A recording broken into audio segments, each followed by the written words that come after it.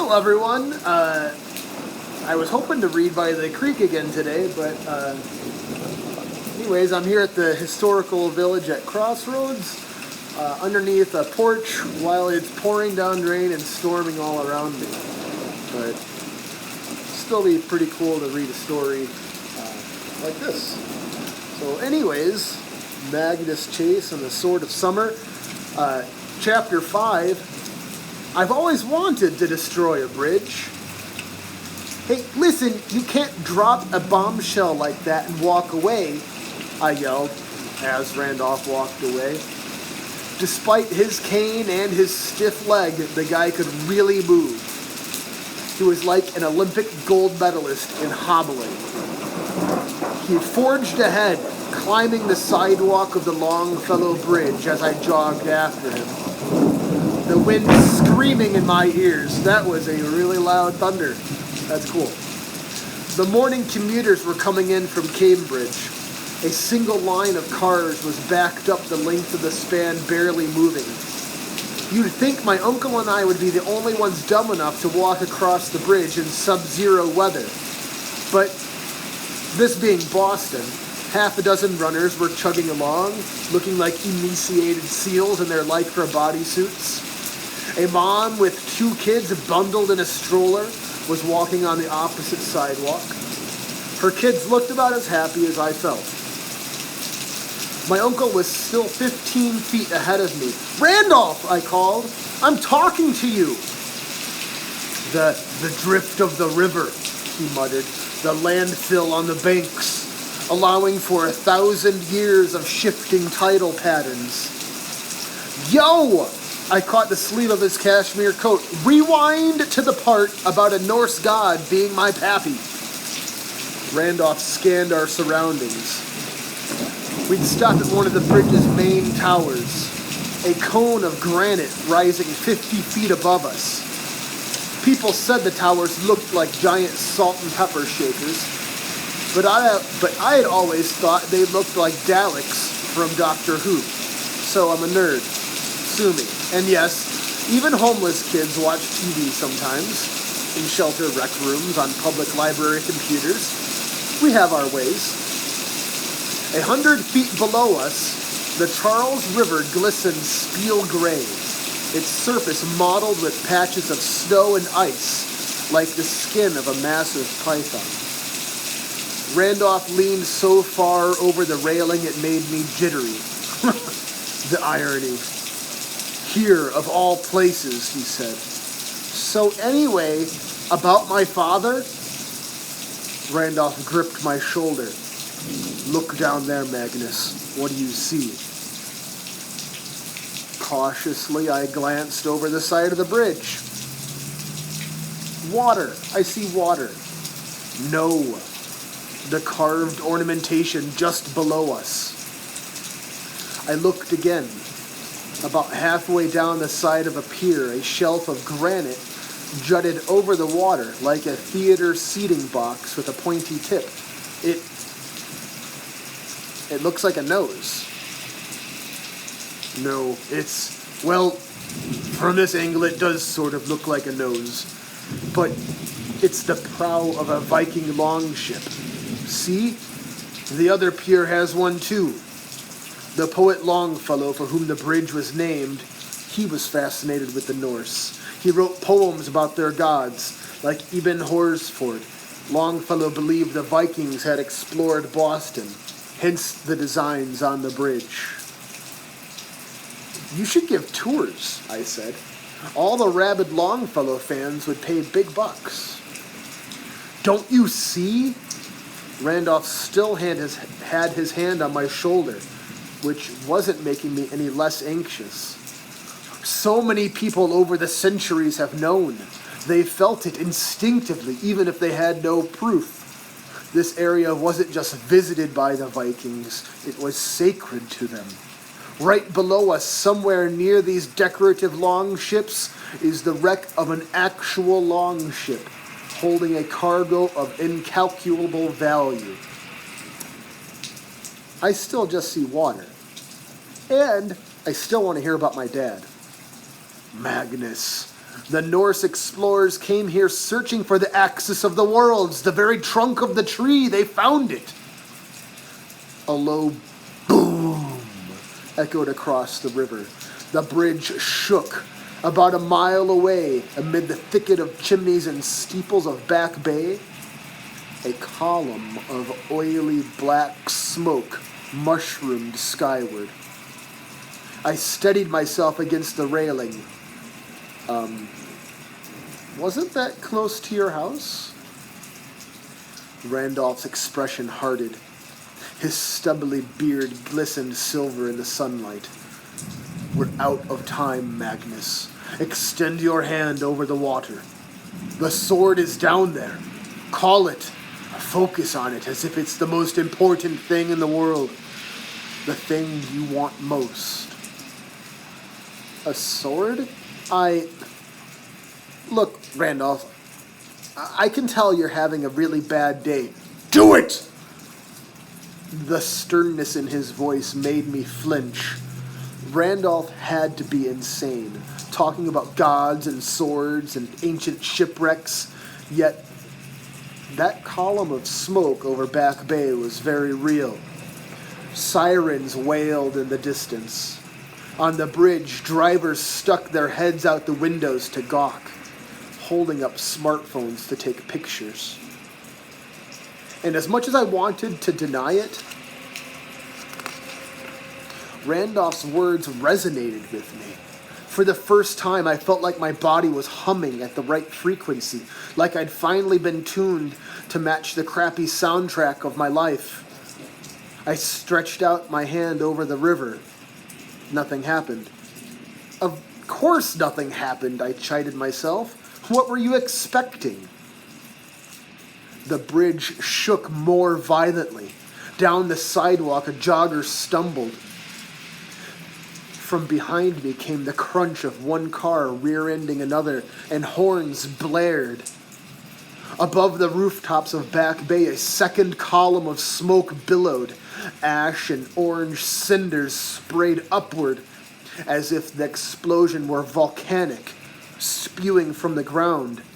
That was a lot closer, I noted. It's like something is zeroing in on us. I really hoped Randolph would say, "Nah, of course not, don't be silly." He seemed to get older in front of my eyes. His wrinkles darkened, his shoulders slumped, and he leaned heavily on his cane. "Please, not again," he muttered to himself. "Please, not like last time." Last time? And then I remembered what he said about losing his wife and daughters. A storm out of nowhere. Fires. Randolph locked eyes with me. "Try again, Magnus, please." I thrust my hand toward the river, and I imagined I was reaching for my mom, trying to pull her from the past, trying to save her from the wolves in the burning apartment. I reached for answers that might explain why I'd lost her, why my whole life since then had been nothing but a downhill spiral of suck. Directly below me, the surface of the water began to steam. Ice melted, snow evaporated, leaving a hole in the shape of a hand, my hand, 20 times larger.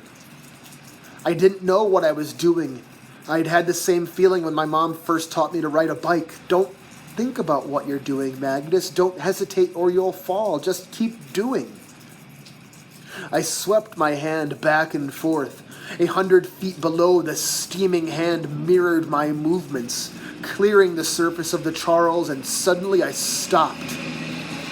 A pinpoint of warmth hit the center of my palm, as if I'd intercepted a beam of sunlight. Something was buried down there. A heat source buried deep in the frigid mud of the river bottom. I closed my fingers and pulled. A dome of water swelled and ruptured like a dry ice bubble. An object resembling a lead pipe shot upward and landed in my hand.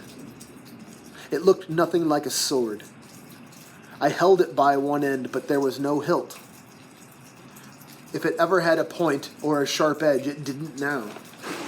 The thing was about the right size for a blade, but it was so pitted and corroded, so encrusted with barnacles and glistening with mud and slime, I couldn't even be sure it was metal.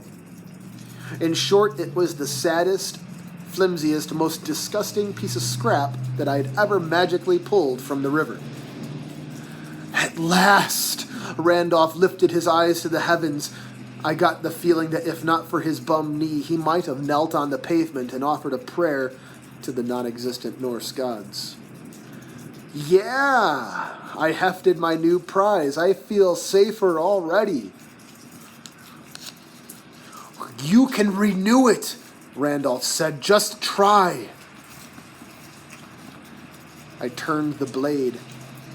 I was surprised that it hadn't already disintegrated in my hand.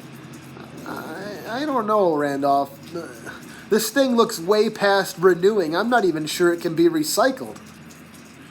If I sounded unimpressed or ungrateful, don't get me wrong. The way I'd pulled the sword out of the river was so cool, it freaked me out. I'd always wanted a superpower. I just hadn't expected mine to entail retrieving garbage from river bottoms. The community service volunteers were going to love me. Concentrate, Magnus, Randolph said. Quickly, before... 50 feet away, the center of the bridge erupted in flames. The shockwave pushed me against the rail. The right side of my face felt sunburned. Pedestrians screamed. Cars swerved and crashed into one another. For some stupid reason, I ran toward the explosion. It was like I couldn't help myself.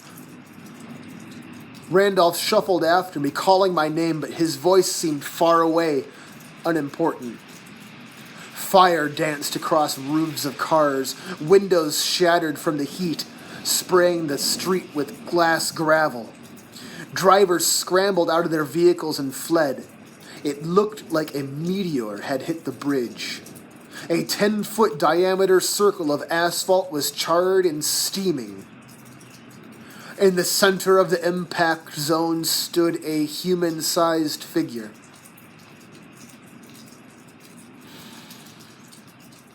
A dark man in a suit.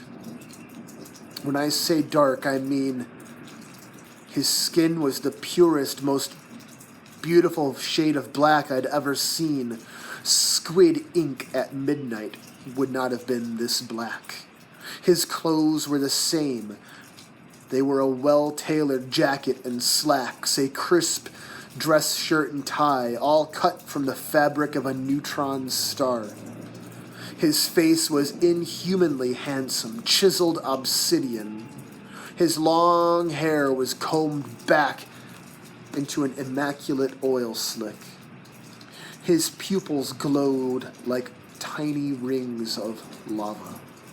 I thought, if Satan was real, he'd probably look like this guy.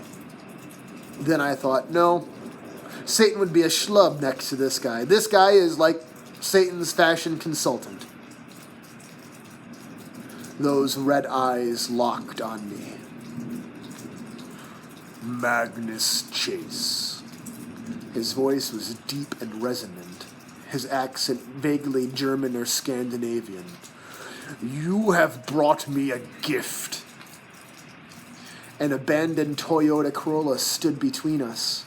Satan's fashion consultant walked straight through it, melting a path down the middle of the car like a blowtorch through wax. The sizzling halves of the Corolla collapsed behind him. The wheels melted to puddles. I will make you a gift as well. The dark man extended his hand. Smoke curled off his sleeve and ebony fingers. Give me the sword, and I will spare your life.